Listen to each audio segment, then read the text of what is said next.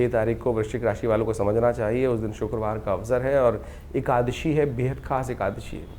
वर्ष में एक ही एकादशी है जिसको यदि कर लिया जाए तो पूरी की पूरी 24 एकादशी, मैं कहूँगा 26 की 26 एकादशियों का लाभ मिल जाएगा ऐसे में।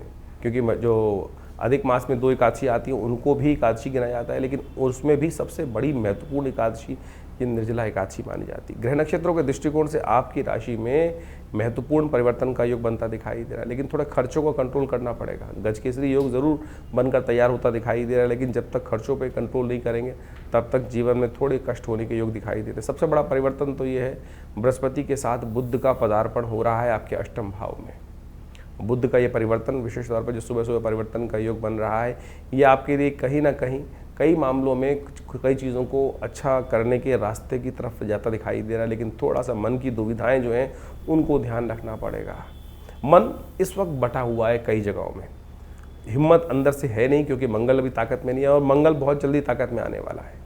और बाह्य रूप से लग रहा है कि पता नहीं मन इस प्रकार से भाव में चल रहा है, करूंगा तो लाभ मिलेगा नहीं मिलेगा, कहीं खर्चा और ना हो जाए, ऐसी स्थिति बनती दिखाई दे रही है। तो सबसे पहले तो इस निर्जला एकादशी के दिन भगवान को समर्पित करने का प्रयास करें।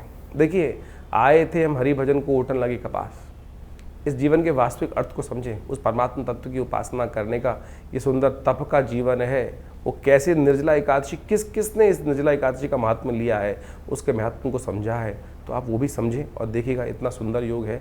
इसका यदि तप करें ना इस दिन, तो कल्याण का योग बन सकता है। इस दिन निर्जला एकादशी है, ये भीमसेन एकादशी के रूप में भी जानी जाती है। कहा जाता है कि संपूर्ण जो एकादशी हैं, जो 12 की 12 एकादशी जो आती हैं, पूरे 12 महीनों में एकादशी होती हैं, जो 24 एकादशी टोटल पड़ी, उन सब में यदि निर्जला एकादशी का व्रत एक बार कर लिया जाए तो उनके पूरे के पूरे वर्ष की जितनी एकादशी हैं उन सब का फल प्राप्त हो जाता है। भीमसेन ने एक बार महर्षि व्यास से प्रेरित होकर इस समय में व्रत रखा था।